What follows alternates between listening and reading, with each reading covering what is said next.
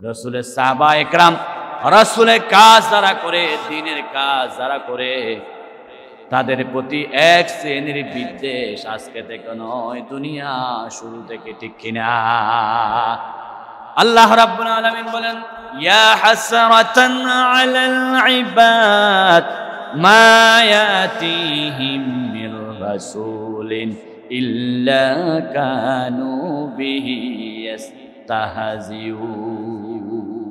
এমন কোন রাসূল দুনিয়াতে ছিল না যে রাসূলকে পাথর মারা হয় নাই, নির্যাতন করা হয় নাই, কষ্ট দেওয়া হয় নাই। সব রাসূলকেই কষ্ট দেওয়া হয়েছে। আমি আপনাদের সামনে নিয়ত করেছি ধারাবাহিক কিছু তাফসীর করার জন্য ইনশাআল্লাহ। বিশেষ করে যে সূরাগুলো আমরা নামাজে পড়ি, সূরাতুল ফাতিহা থেকে শুরু করে সূরাতুল ফিল থেকে নাস পর্যন্ত, এই সূরাগুলো আমরা নিত্য প্রয়োজনীয় দরকার হয়, কিন্তু আমরা অনেকে এগুলো অর্থ বুঝি না, কি পড়ি আল্লাহর সাথে আমরা জানি না। সেজন্য কোরআনে অর্থ না জানার কারণে মন বসে না নামাজে, এবং শিক্ষা কি, মাহাত্ম্য কি আমরা না বুঝার কারণে অনেক সময় আমরা ব্যর্থ হয়ে যাই। সেজন্য আমি নিয়ত করেছি সূরা ফাতিহা থেকে শুরু করে গুরুত্বপূর্ণ সূরাগুলো আমরা জানবো ইনশাআল্লাহ। যে সূরাটা সারা নামাজ হয় না, সেই সূরার নাম হচ্ছে সূরাতুল ফাতিহা। সবাই বলে সূরাতুল ফাতিহা। সেই সূরাতুল ফাতিহা কোরআন শরীফের প্রথম সূরা। এই সূরাতে টোটাল আয়াত রয়েছে ৭টি, রুকু রয়েছে একটি। সূরাতুল ফাতিহার শব্দ সংখ্যা হচ্ছে মোট ২৫টি। আলহামদু একটা শব্দ, লিল্লাহ একটা শব্দ, রব্বিল একটা শব্দ, এরকম ২৫টি শব্দ রয়েছে। হরফ রয়েছে, বর্ণ রয়েছে ১২৬টি। তাফসীর ইবনে কাসির এর ভাষায় ১১৩টি তিনি যুক্ত হরফকে একসাথে ধরেছেন, যেমন লিল্লাহি লাম দুইটাকে একটা ধরেছেন, সেদিক থেকে ১১৩টি। কিন্তু যুক্ত হরফকে ভিন্ন করলেও সব মিলে ১২৬টি হরফ হয়।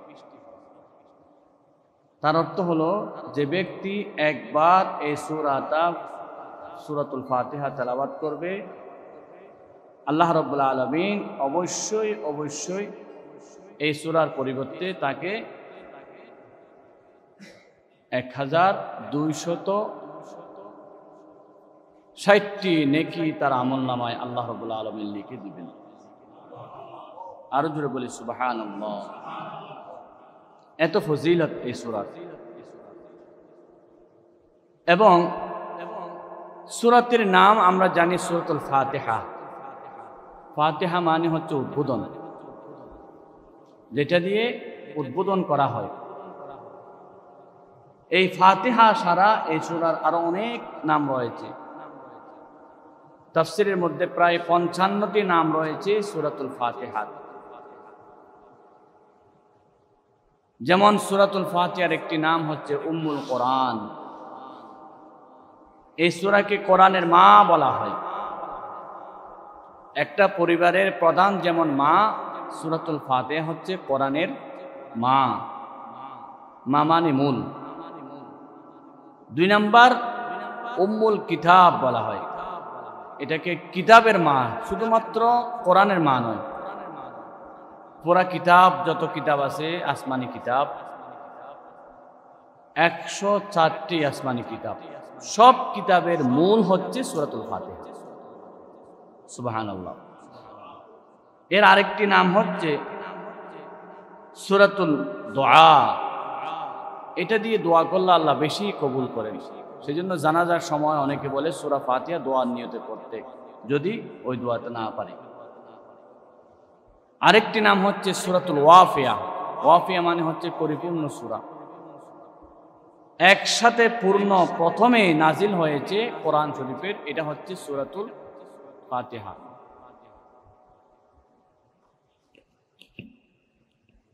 সেজন্য এটাকে সূরাতুল ওয়াফিয়া বলা হয়।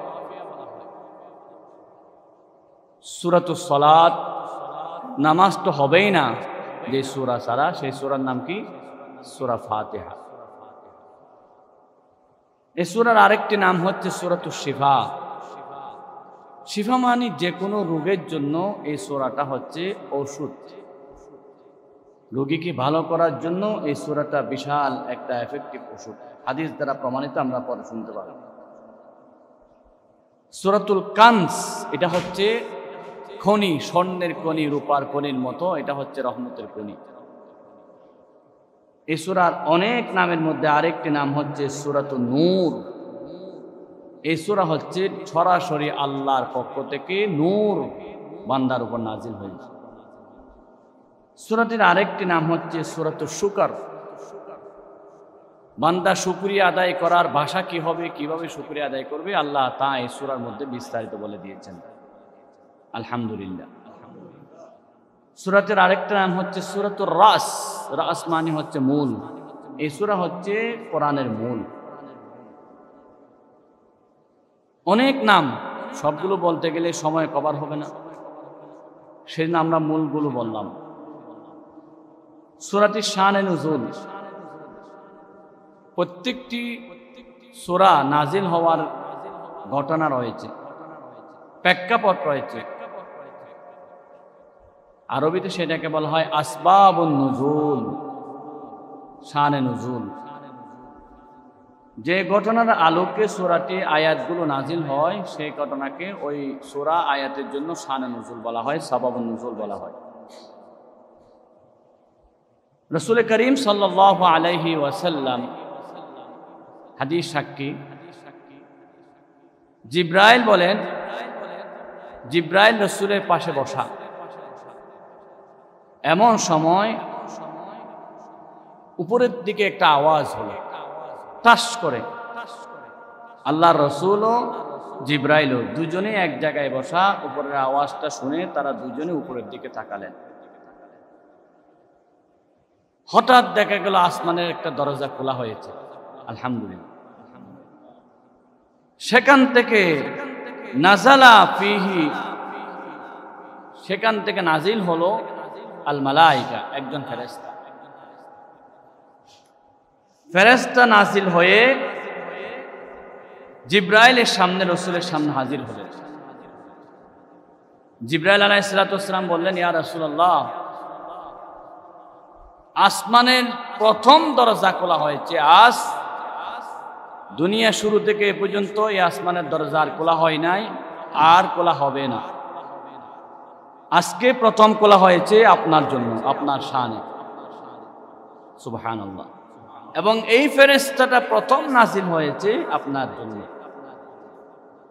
ফেরেশতাটা এসেই রাসূল করিম সাল্লাল্লাহু আলাইহি ওয়াসাল্লামের সামনে সূরাটা তেলাওয়াত করলেন এবং জিব্রাইল বললেন, বাশশিরু বিনুরাইন, আল্লাহ আপনাকে দুইটা নূর দিয়ে সুসংবাদ দিচ্ছেন হে রাসূল। একটা নূর হচ্ছে সূরা ফাতিহার নূর, আরেকটা নূর হচ্ছে সূরাতুল বাকারা, সূরাতুল বাকারার নূর। ও ফি রাওয়ায়াতিন খাওয়াতিমি মিন সূরাতুল বাকারা, সূরাতুল বাকারার শেষ দুই আয়াত, আমানার রাসূলু বিমা উনজিলা ইলাইহি মির রাব্বি ওয়াল মুমিনুন, এই আয়াত। তাহলে কোরআন শরীফের, আমি যদি আপনাদের কাছে প্রশ্ন করি, কোরআন শরীফের সবচাইতে বড় সূরার নাম সূরাতুল ফাতিহা। কয়েকজন বলেছেন, বাকিরা হয়তো বিশ্বাস করেন না, এখনো পরে চিন্তা ভাবনা করে আগামী সপ্তাহে বলবেন আর কি। আল্লাহ রাসূলের হাদিস হচ্ছে আযমু সূরাতিন মিনাল কোরআন, কোরআনের সবচাইতে শ্রেষ্ঠ মহান মর্যাদাপূর্ণ সূরা সূরাতুল ফাতিহা। এই হাদিস যদি আপনারা বিশ্বাস করেন, রাসূলুল্লাহর এই হাদিসটা, তাহলে সবাই সাক্ষী দেন রাসূলের হাদিস অনুযায়ী সবচাইতে শ্রেষ্ঠ সূরার নাম কি? আবার বলি, সবচাইতে শ্রেষ্ঠ সূরা। এবার যদি বলা হয় সবচাইতে শ্রেষ্ঠ আয়াত কোনটি? আয়াতুল কুরসি। আয়াতের দিক থেকে শ্রেষ্ঠ হলো আয়াতুল কুরসি, সূরার দিক থেকে শ্রেষ্ঠ হলো সূরাতুল ফাতিহা। এই সূরাতুল ফাতিহার মধ্যে 7টি আয়াত রয়েছে। কয়টি আয়াত? 7টি। জাহান্নামের দরজা রয়েছে 7টি। কোনো মানুষ যদি সূরাতুল ফাতিহা পরিপূর্ণ তেলাওয়াত করে, আমল করে, জীবন যাপন করে সূরা ফাতিহা অনুযায়ী, তার জন্য জাহান্নামের 7টা দরজা বন্ধ হয়ে যাবে। আরো জোরে বলুন সুবহানাল্লাহ। কি আছে এমন কিছু সূরা ফাতিহাতে? আল্লাহ রাসূল বলেছেন সূরাতুর রাস, এটা মগজ। পুরা কোরআন শরীফে যা আছে সবগুলো আল্লাহ সূরা ফাতিহার মধ্যে দিয়ে দিয়েছে।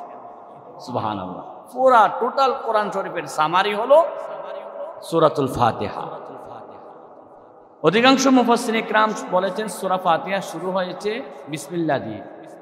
বিসমিল্লাহটা সূরা ফাতিহার আয়াত। বিসমিল্লাহির রহমানির রহিম, আলহামদুলিল্লাহি রাব্বিল আলামিন। তাদের দলিল হচ্ছে রাসূল করিম সাল্লাল্লাহু আলাইহি ওয়াসাল্লাম বলেছেন কুল্লু আমরিন জিবালিন লাম ইবদা ফীহি বিবিসমিল্লাহি ফাহুয়া আবতার। যে সমস্ত কাজ বিসমিল্লাহ দ্বারা শুরু হয় না সেটা লেসকাটা হয়। এই সূরা ফাতিহা যেহেতু বিসমিল্লাহ দিয়ে শুরু হয়েছে, বিসমিল্লাহটাই সূরা ফাতিহার আয়াত, অংশ বিশেষ। আর কিছু কিছু মুফাসসিরিন ইকরাম বলেছেন বিসমিল্লাহ সূরা ফাতিহার আয়াতের অংশ নয়, এটা ভিন্ন আয়াত। বিসমিল্লাহ হচ্ছে আলাদা আয়াত, সূরা ফাতিহা হচ্ছে আলহামদু দিয়ে শুরু। তাদের দলিল হচ্ছে বুখারী শরীফের 766 নম্বর হাদিস। রাসূল করিম সাল্লাল্লাহু আলাইহি ওয়াসাল্লাম বলেছেন কসসামতুস সালাতা বাইনি ওয়া বাইনা আবদি নিসফাইন। আমি এবং আমার বান্দার মাঝখানে নামাজকে 2 ভাগ করেছি। নামাজের মধ্যে সূরা ফাতিহাকে 2 ভাগে বিভক্ত করেছি। সূরা ফাতিহাকে কয় ভাগ করেছি? 2 ভাগ। আল্লাহর নবী বলেছেন হাদিসে কুদসি, আল্লাহ বলেছেন রাসূলের ভাষায় যে 2 ভাগ, 1 ভাগ আমার বান্দার জন্য, আরেক ভাগ আমি আল্লাহর জন্য। এই হাদিসের মধ্যে আলহামদু দিয়ে শুরু হয়েছে, হাদিসে কুদসি দিয়ে। সেজন্য সূরাতুল ফাতিহাটা শুরু হয়েছে আলহামদুলিল্লাহ, আলহামদুলিল্লাহি রাব্বিল আলামিন, এখান দিয়ে শুরু। সূরা ফাতিহার মর্যাদা যে কত বেশি, এটা যে কোরআনের শ্রেষ্ঠ সূরা হওয়ার কারণ কি, মর্যাদা কত বেশি। তিরমিজি শরীফে হাদিস 3383 নাম্বার। রাসূল করিম সাল্লাল্লাহু আলাইহি ওয়াসাল্লামের সবচাইতে শ্রেষ্ঠ কারি ছিলেন উবাই ইবনে কাব রাদিয়াল্লাহু তাআলা আনহু। মনে রাখতে হবে এগুলো। শ্রেষ্ঠ কারি, যিনি সুন্দর কোরআন পড়তেন, কেরাতের জগতে শ্রেষ্ঠ রাসূলের যুগে উবাই রাদিয়াল্লাহু তাআলা আনহু, উবাই ইবনে কাব রাদিয়াল্লাহু তাআলা আনহু। আল্লাহ রাসূল একদিন গেলেন হযরত উবাই ইবনে কাবের কাছে। রাসূল করিম সাল্লাল্লাহু আলাইহি ওয়াসাল্লাম বলেছেন, হে উবাই ইবনে কাব রাদিয়াল্লাহু তাআলা আনহু, আল্লাহ আমি আপনাকে এমন একটা সূরা শিক্ষা দেব যেই সূরাটা লাম ইয়ানজিল ফিহি আত-তাওরাত ওয়াল ইনজিল ওয়াজ জাবুর। যেই সূরার মতো বড় সূরা তাওরাতে নাই, ইনজিলে নাই, জাবুরে নাই, কোনো কিতাবে নাই, এমন একটা সূরা আমি শিক্ষা দেব। উবাই ইবনে কাব রাদিয়াল্লাহু তাআলা আনহু মসজিদে ছিলেন, নামাজরত অবস্থায়, এবং রাসূল করিম সাল্লাল্লাহু আলাইহি ওয়াসাল্লাম বলেছেন ক্বাবলা আন তাখরুজা মিন হাযাল মসজিদ, এই মসজিদ থেকে বের হওয়ার আগে এই সূরাটা আমি তোমাকে শিক্ষা দেব। আল্লাহ রাসূলের সাথে কথা বলতে বলতে রাসূল করিম সাল্লাল্লাহু আলাইহি ওয়াসাল্লাম বলেছেন, আমি কি তোমাকে সেই সূরাটা শিক্ষা দেব? আল্লাহ রাসূল অন্য কথা বলে চলে গেলেন, ভুলে গেলেন। এবার উবাই ইবনে কাব বলেন, আল্লাহ রাসূলকে আপনি যে বলেছিলেন শ্রেষ্ঠ সূরা শিক্ষা দিবেন, এটা কই, আমাকে বলেন না। রাসূল করিম সাল্লাল্লাহু আলাইহি ওয়াসাল্লাম বলেছেন, কাইফা তাবদাউস সালাত, তুমি নামাজ শুরু করেছো কোন সূরা দিয়ে? তিনি বলেছেন, আমি নামাজ শুরু করেছি সূরাতুল ফাতিহা দিয়ে। আল্লাহর হাবিব বলেছেন, এটাই হলো কোরআন শরীফের সবচাইতে শ্রেষ্ঠ সূরা, যেই সূরার মতো আর কোন সূরা কোরআন শরীফে নাই। সুবহানাল্লাহ। তাহলে শ্রেষ্ঠ সূরা হচ্ছে সূরাতুল ফাতিহা। আল্লাহ রাসূল তাকে মুখে মুখে শিক্ষা দিলেন এই সূরাতুল ফাতিহা। অন্য রাওয়ায়াতে আছেন, হাদিস সাক্ষী রাসূল করিম সাল্লাল্লাহু আলাইহি ওয়াসাল্লাম বললেন, আবু সাইদ আল মুআল্লি রাদিয়াল্লাহু তাআলা আনহু থেকে, কুনতু উসাল্লি, আমি একদিন নামাজরত অবস্থায় ছিলাম। এই অবস্থায় রাসূল করিম সাল্লাল্লাহু আলাইহি ওয়াসাল্লাম আমাকে ডাক দিলেন। আমি কিন্তু ডাকের জবাব দিতে পারি নাই, কারণ আমি নামাজরত অবস্থায়। নামাজ শেষ করার পরে নবীর কাছে গেলাম। রাসূল বললেন, আমি যে তোমাকে ডাক দিলাম তুমি আসো নাই কেন? তিনি বললেন, আমি তো নামাজে ছিলাম। রাসূল করিম সাল্লাল্লাহু আলাইহি ওয়াসাল্লাম বলেছেন, আলাম ইয়াকুল, তুমি কি জানো না, আলাম ইয়ালাম, তুমি কি জানো না আল্লাহ রাব্বুল আলামিন কোরআনের আয়াত নাযিল করেছেন, ইয়া আইয়ুহাল্লাযীনা আমানুস্তাজিবু লিল্লাহি ওয়া লির-রাসূল ইযা দাআকুম। আল্লাহ এবং রাসূলের পক্ষ থেকে যখন ডাক আসে সাথে সাথে যেতে হবে। ইয়া রাসূলুল্লাহ, আমি তো নামাজের অবস্থায় ছিলাম। রাসূল করিম সাল্লাল্লাহু আলাইহি ওয়াসাল্লাম বলেছেন, ঠিক আছে, সামনে থেকে ডাকার সাথে সাথে চলে আসবে। এবার রাসূল বললেন, আমি তোমাকে ডাকছি অত্যন্ত গুরুত্বপূর্ণ একটা বিষয় শিক্ষা দেওয়ার জন্য। ইয়া রাসূলুল্লাহ, কি? বলে, কোরআন শরীফের শ্রেষ্ঠ সূরা সূরাতুল ফাতিহা আমি তোমাকে শিক্ষা দিতে চাই। আল্লাহ রাসূল তাকে আস্তে আস্তে শিক্ষা দিলেন, এক আয়াত এক আয়াত। আল্লাহ রাব্বুল আলামিনের নবীর ভাষায় এবার বললেন, আলহামদুলিল্লাহি রাব্বিল আলামিন আর রহমানির রহিম মালিকি ইয়াউমিদ্দিন। রাসূল করিম সাল্লাল্লাহু আলাইহি ওয়াসাল্লামের মুখে মুখে ওই সাহাবী পড়া শুরু করলেন। আবার আল্লাহর হাবিব যখন ওয়ালাদ-দাল্লিন বললেন, সাথে সাথে বললেন আমিন। নবীজি বলেছেন, মান ওয়াফাকা তামিনুহু তামিনুল মালাইকা, যারা এই সূরাটা তেলাওয়াত করে একবার আমিন শরীফ বলে, আমিন বলে, ফেরেশতারও সাথে সাথে আমিন বলে, তাদের আমিনের সাথে আল্লাহ রাব্বুল আলামিন সকলের দোয়া কবুল করে নেন। সুবহানাল্লাহ, সুবহানাল্লাহ। আমার বন্ধুগণ, সূরাতুল ফাতিহা অভিনন্দন পত্রে একটা মানুষ যদি কোনো এমপি মন্ত্রী কোনো প্রশাসনের লোক আছে, তার কাছে যদি কিছু চাইতে চায়, মানব বন্ধন করতে চায়, আমাদের রাস্তা দরকার, আবাসিক এলাকার রাস্তা বেশি খারাপ, মুখের দিকে সুলভবর থেকে এই দিক থেকে খুব বেশি ভয়ঙ্কর অবস্থা, মাননীয় মেয়র মহোদয় রাস্তাটা করে দিতে হবে, কঠিন অবস্থা। এখন আমার প্রায় 15 মিনিট এই রাস্তা ভাঙ্গার মধ্যে চলে গেছে, কারণ এত বেশি জাম ভাঙ্গা রাস্তার মধ্যে। এই কঠিন সময়ে জাম থেকে, কঠিন বিপদ থেকে রোগীদের হেফাজতের জন্য এই রাস্তাটা দরকার। এমন একটা আবেদন যদি আমরা করতে চাই, আবেদনপত্র দিতে হয়। আবেদনের ভাষা কি আল্লাহ শিক্ষা দিলেন। ভাষা হচ্ছে, প্রথমে যাকে আবেদন দিবেন, নিবেদন করবেন, দরখাস্ত দিবেন, তার প্রশংসা, যেমন মাননীয় অধ্যক্ষ মহোদয়, মাননীয় প্রিন্সিপাল মহোদয়, মাননীয় সচিব মহোদয়, তার প্রশংসা করতে হবে। আবেদনের মাঝখানে নিজের পরিচয় দিতে হবে। আমি হলাম নিউ চান্দ্র আবাসিক এলাকার আবাসিক নাগরিক, আমার পরিচয় দিতে হবে। এরপর হলো দাবি উত্থাপন, চাহিদা দিতে হবে। আমার চাহিদা হলো, আমাদের সবার চাহিদা হলে ভাঙ্গা রাস্তাটা ঠিক করা, আমাদের চাহিদা হলো ওয়াসার পানি, গ্যাসের লাইন ঠিক করে দেওয়া, এটা হলো দাবি দেওয়া। সুতরাং অভিনন্দন পত্রের প্রথমে হবে আবেদন, প্রথমে হবে নিজের পরিচয়, প্রথমে হবে যিনি আসছেন তার সম্মান, প্রশংসা, এরপরে নিজের পরিচয়, 3 নম্বর হলো দাবি।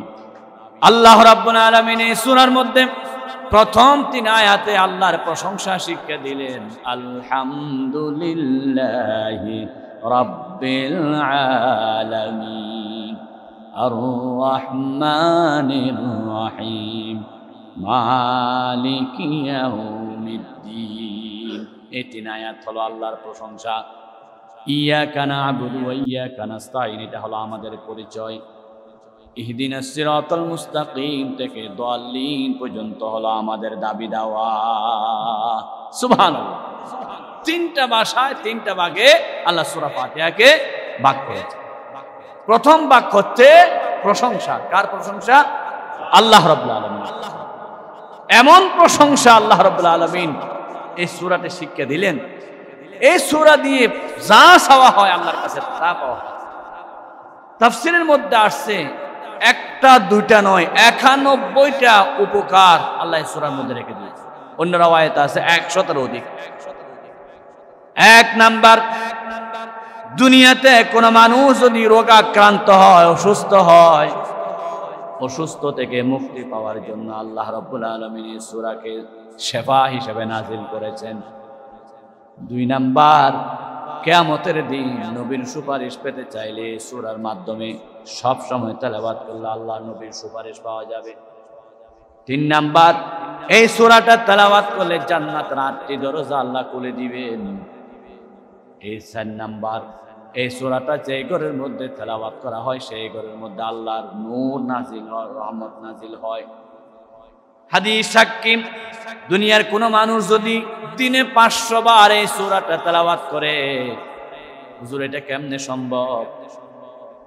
সম্ভব হলো আপনি ফজরের নামাজের পরে 100 বার, যোহরের পরে 100 বার, আসরের পরে 100 বার, মাগরিবের পরে 100 বার, এশারের পরে 100 বার, এরকম 5 ওয়াক্ত নামাজে যদি 500 বার এই সূরাটা তেলাওয়াত করেন, রাসূল করিম সাল্লাল্লাহু আলাইহি ওয়াসাল্লাম ঘোষণা করেন যারা 500 বার এই সূরাটা তেলাওয়াত করবে তাদের মনের যত আশা আছে সব আশা আল্লাহ পূরণ করে দিবে।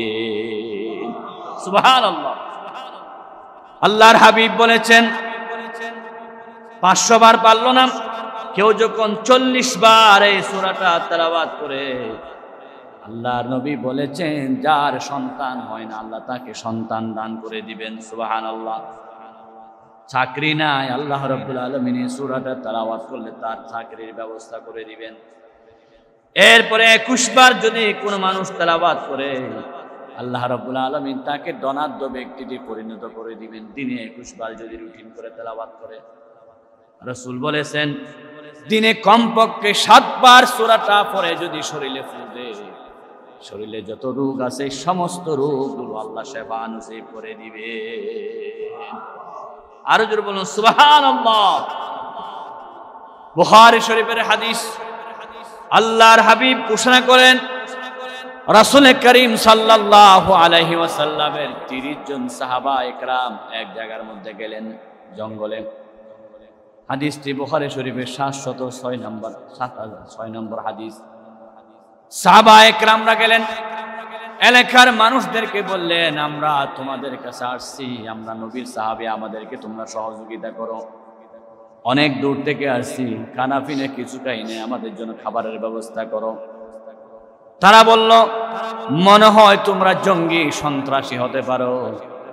রাসূলের সাহাবা একরাম রাসূলের কাজ যারা করে, দ্বীনের কাজ যারা করে, তাদের প্রতি এক শ্রেণীর বিদ্বেষ আজকে থেকে নয়, দুনিয়া শুরু থেকে, ঠিক কিনা?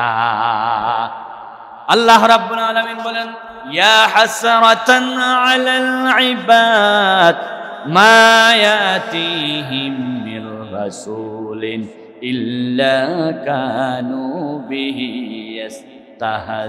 ইস্তাহজিউন। এমন কোন রাসূল দুনিয়াতে ছিল না যে রাসূলকে পাথর মারা হয় নাই, নির্যাতন করা হয় নাই, কষ্ট দেওয়া হয় নাই। সব রাসূলকেই কষ্ট দেওয়া হয়েছে। শুধু 2 জন নবী, একজন আদম আলাইহিস সালাম, যেহেতু তার শরীয়ত ছিল, তার সময় তিনি থেকে শুরু হয়েছে মানুষ নির্যাতন করার, মানুষ পরে আসছে। এই আদম আলাইহিস সালামের উপর নির্যাতন করার সেই সুযোগ হয় নাই, যেহেতু তিনি পরে আসছেন, তারপরে মানুষগুলো আসছে। আমার বন্ধুগণ, সকল নবীদের উপর আক্রমণ হয়েছে, নির্যাতন করা হয়েছে। এলাকার লোকেরা বলতেছে তোমরা নবীর কাজ করার জন্য আসছো, নিশ্চয় তোমরা জঙ্গি, তোমরা সন্ত্রাসী, তোমরা খারাপ মানুষ, তোমাদেরকে আমরা খাবার দেব না। আমার বন্ধুগণ, এই কথা বলার পরে তারা তাদের মধ্যে থেকে যাবার যা খাবার ছিল এগুলো খেয়ে, পানি খেয়ে দিন যাপন করলেন। সন্ধ্যাবেলা এলাকার যিনি সর্দার ছিলেন, কমিশনার ছিলেন, তাকে যখন সাপের কামড় দিল, বিষাক্ত সাপের কামড় দেওয়ার পরে সবাই বলল আমাদের এই কমিশনারটা, চেয়ারম্যানটা মনে হয় মারা যাবে, আর বাঁচবে না। ওই যে কালকে কিছু জঙ্গি লোকরা আসছিল দিনের দাওয়াত দিতে, তাদের কাছে গিয়ে বলো কোনো রুকিয়া, কোনো ঝাড়ফুঁক আছে কিনা, তারা কোনো ভালো করতে পারবে কিনা। হযরত আবু সাঈদ খুদরি রাদিয়াল্লাহু তাআলা আনহু জগৎ বিখ্যাত সাহাবী, তিনি বলেন অবশ্যই আমি তোমার রোগীকে ভালো করে দিতে পারবো। এই কথা বলার পরে সবাই তাকে নিয়ে গেলেন। তিনি বললেন তবে শর্ত হলো আমাদেরকে 30টা ছাগল দিতে হবে, একজনকে নয় 30 জনকে ফিস দিতে হবে। বলে একজন চিকিৎসা করবা 30 জনকে ফিস দিতে হবে কেন? বলে গতকাল যদি আমাদেরকে তোমরা খাবারের ব্যবস্থা করতা, আজকে আমরা তোমাদের থেকে কিছু নিতাম না, ফ্রি চিকিৎসা করতাম। সুবহানাল্লাহ। আজকে যেহেতু তোমরা বাধ্য হয়েছ, আমাদেরকে বিপদে ঠেলে দিয়েছ, সেজন্য এইগুলো করতে হবে। ইসলামের মর্যাদা, কোরআনের মর্যাদা, হাদিসের মর্যাদা, আলেমের মর্যাদা আমাদেরকে দিতে হবে। আমরা মনে করি যিনি কোরআন শরীফ পড়ায়, ঘরে গিয়ে বাসায় গিয়ে কোরআন পড়ায়, ওই হুজুরকে দেব 500 টাকা, 1000 টাকা। আর যিনি ইংরেজি পড়ায় তাকে দেব 5000 টাকা। যিনি ম্যাথমেটিক পড়ায়, অঙ্ক পড়ায়, তাকে দেব 10,000 টাকা। কারণ হুজুরের মর্যাদা নাই, কোরআনের মর্যাদা নাই। আপনি চিন্তা করে দেখুন, একজন ডাক্তারের কাছে যদি যান, ডাক্তার সাহেব আমার পেটে ব্যথা, হাতে ব্যথা, এই সমস্যা, ডাক্তারকে অবশ্যই ফিস দিতে হবে 1000 টাকা, 2000 টাকা ডাক্তার অনুযায়ী। আপনি যদি উকিলের কাছে যান, মাননীয় উকিল সাহেব আমি বিপদে পড়েছি, কিভাবে সমাধান করব? উকিল সাহেব বলো সমাধান করার জন্য 2000 টাকা, 20,000 টাকা, 10,000 টাকা ফিস দিতে হবে। আছে কি নাই? ডাক্তারের ফিস আছে কি নাই? কয়টা ডাক্তার আছে ফিস ছাড়া চিকিৎসা করে? নাই, খুব কম। ভালো ডাক্তার অবশ্যই আছে, ভালোদেরকে স্যালুট জানাতে হবে। এরপরে উকিলের কাছে গেলে 10-20,000 টাকা। একজন ইঞ্জিনিয়ারের কাছে যান, ভাই আমার এই ঘরটা কোন দিকে বেডরুম হবে, কোন দিকে বাথরুম, একটু ড্রয়িং করে দেন না। বলে কমপক্ষে 2 লাখ টাকা দিতে।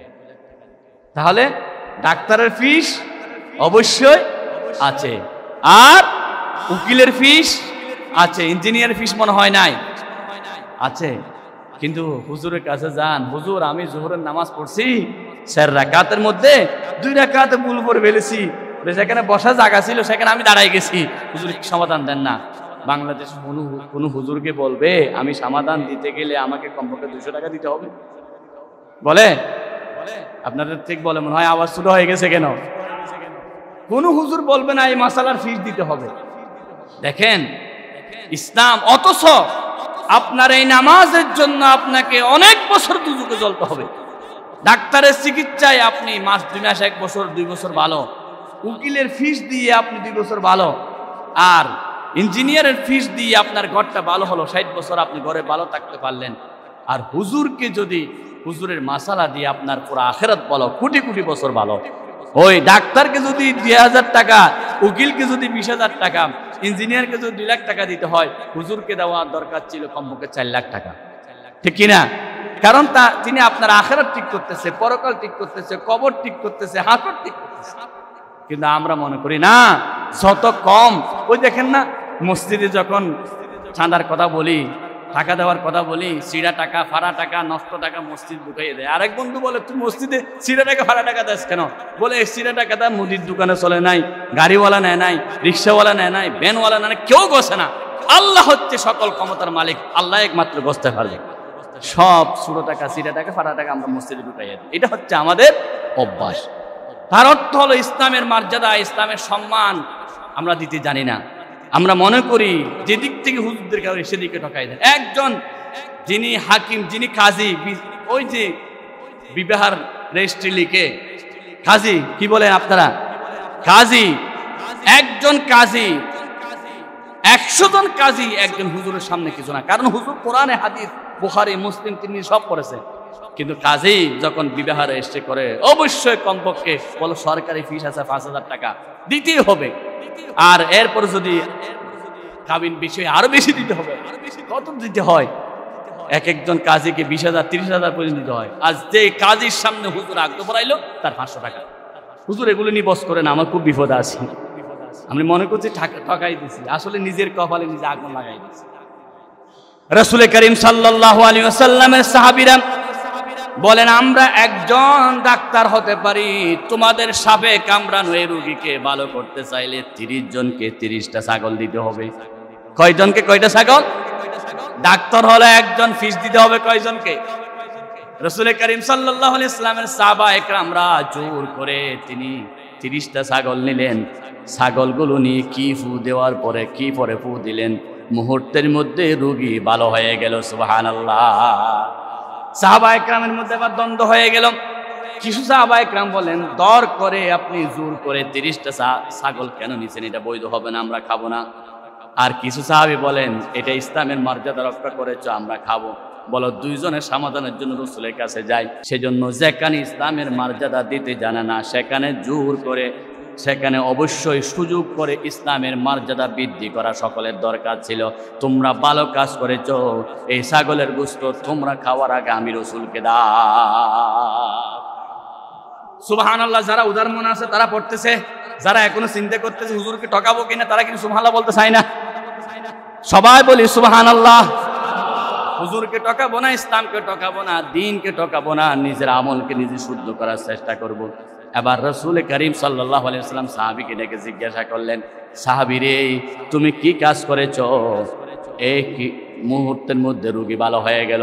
সাহাবী বলেন হুজুর আমার কাছে কোনো অস্ত্র ছিল না, আমার কাছে কোনো ডাক্তার ছিল না, আমার কাছে সূরা ফাতিহা ছিল, সূরা ফাতিহা পড়ে ফু দিয়েছি, আল্লাহ রোগীকে কোরআনের উসিলায় সেবা করে দিয়েছে।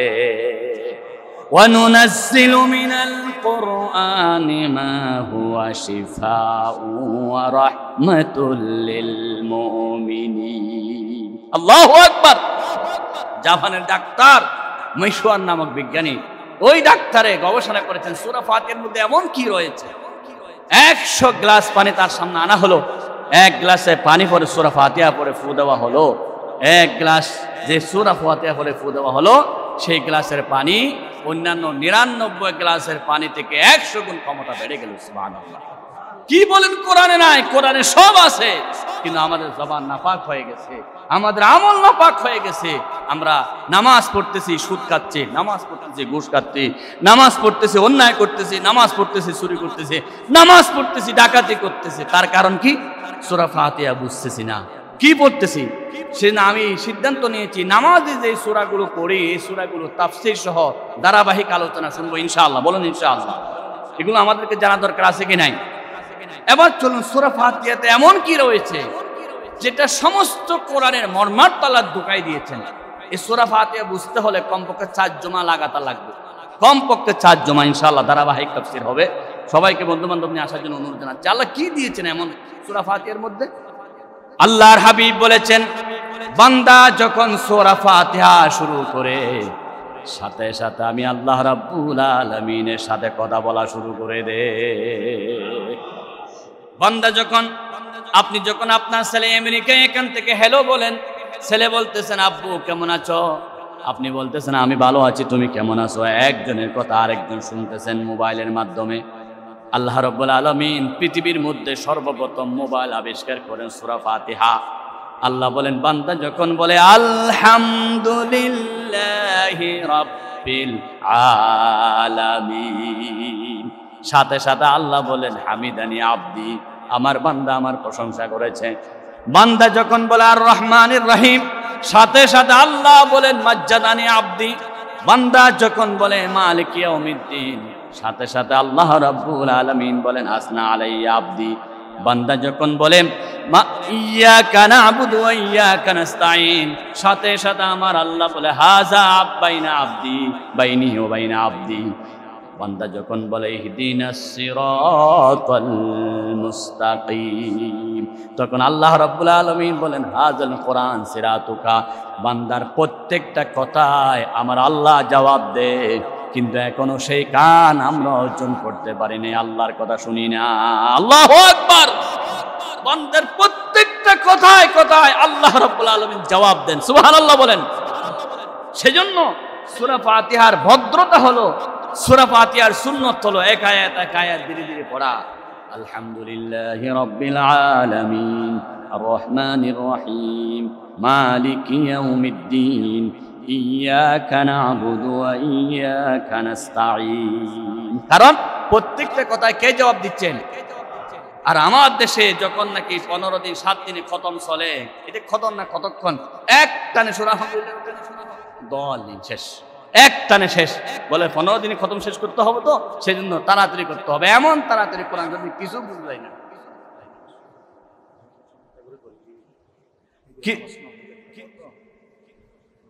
কিছু বুঝে যায় না। সুতরাং আমাদেরকে অবশ্যই আমল করতে হবে। সূরা ফাতিহা যে আমাদের অবশ্যই দরকার, এটা জিনিস জানতে হবে। ধীর স্থির ভাবে সূরা ফাতিহা পড়তে হবে। এই সূরা ফাতিহার মধ্যে এমন কিছু নিয়ামত আল্লাহ রাব্বুল আলামিন দান করেছেন, আপনারা শুনে আশ্চর্য হয়ে যাবেন। আলহামদুর মধ্যে কত নিয়ামত আছে। যেমন শুধু আলহামদুলিল্লাহ, আলহামদুলিল্লাহর মধ্যে হরফ আছে 8টি। কয়টি? আলহামদুলিল্লাহ 8টি হরফ। 8টি হরফ যারা পড়ে আলহামদুলিল্লাহ, কথায় কথায় যারা আলহামদুলিল্লাহ বলে, আল্লাহ রাব্বুল আলামিন তাদের জন্য অবশ্যই জান্নাতের 8টি দরজা খুলে দিবেন। সুবহানাল্লাহ।